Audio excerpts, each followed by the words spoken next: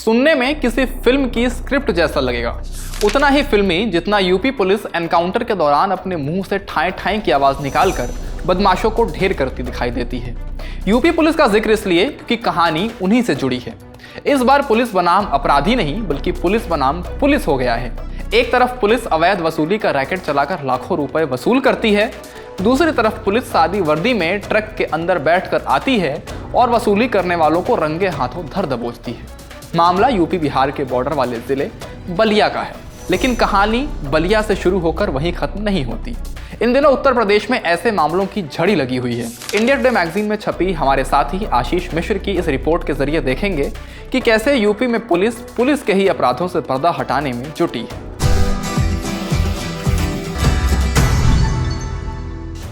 नमस्ते, मेरा नाम धनंजय है और आप देख रहे हैं इंडिया टुडे हिंदी।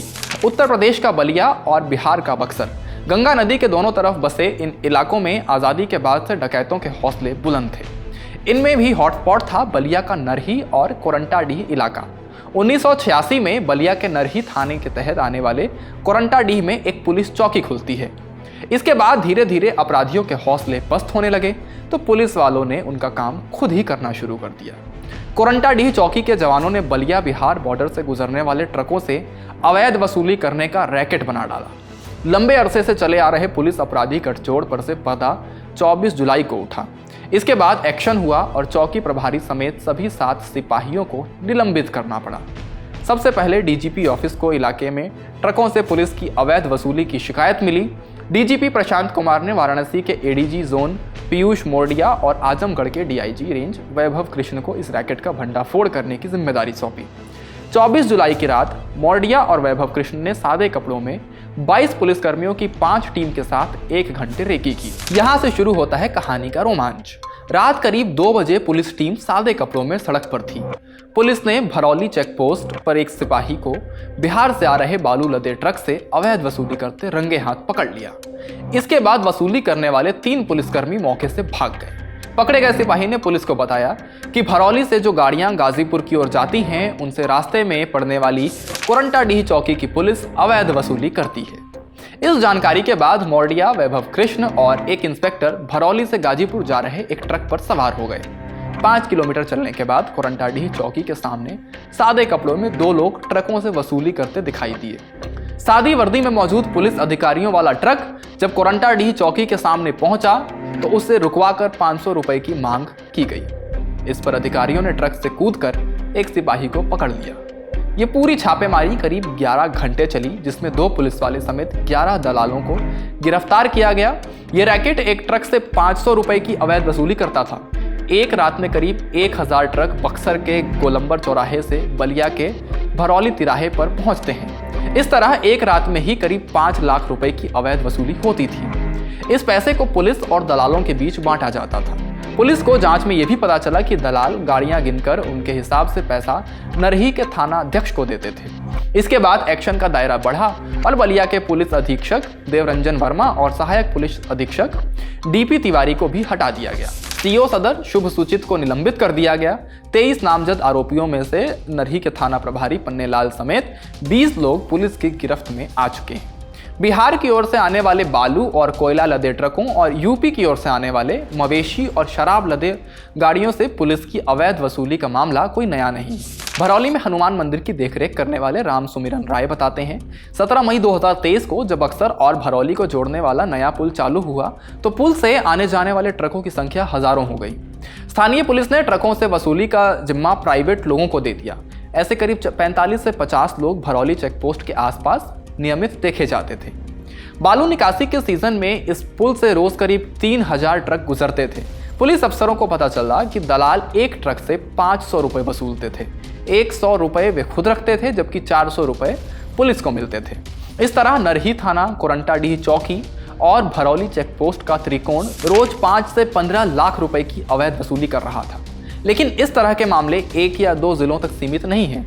कई जिलों में पुलिस को पुलिस के ही खिलाफ एक्शन लेना पड़ रहा है। बलिया बिहार सीमा पर पुलिस की अवैध वसूली का मामला इकलौता नहीं है। यूपी के कुछ जिलों में पुलिस अपने ही विभाग की करतूत उजागर करने में जुटी हुई है। ऐसे कई सारे मामले बीते दिनों सामने आए हैं जिसने पुलिस विभाग की किरकिरी भी करा दी है।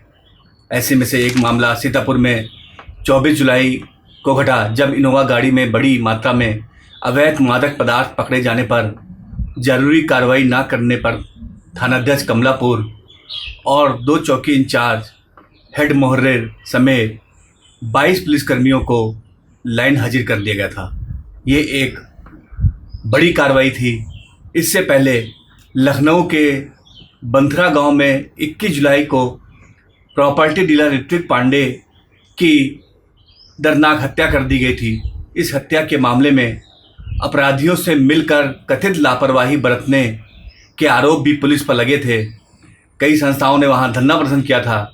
इसके बाद इस आरोप में वहां के बंथा थाने के 2 दरोगा और 1 सिपाही को निलंबित कर दिया गया। बाद में बंथरा थाने के सीनियर सब इंस्पेक्टर को भी हटाया गया। पुलिस विभाग के अंदर की ऐसी स्याह तस्वीर सामने आने पर हमारे साथी आशीष मिश्र ने उत्तर प्रदेश के डीजीपी प्रशांत कुमार से बात की।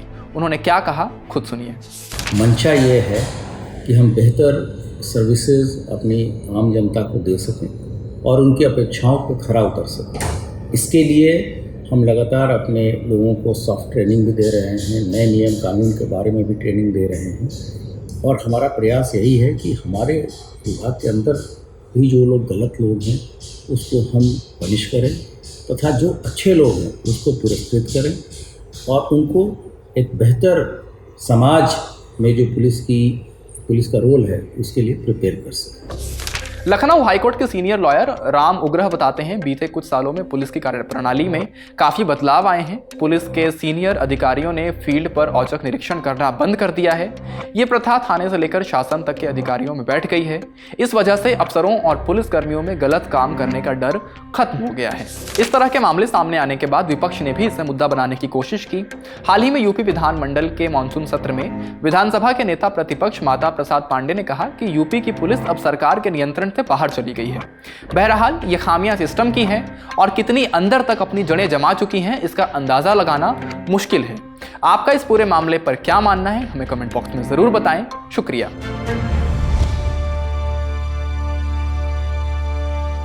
इसी तरह की तसल्ली से भरी हुई एक्सक्लूसिव रिपोर्ट्स देखने के लिए सब्सक्राइब करें इंडिया टुडे हिंदी का यूट्यूब चैनल और बेल आइकन जरूर प्रेस करें ताकि वीडियो अपलोड होते ही आपको खबर हो जाए।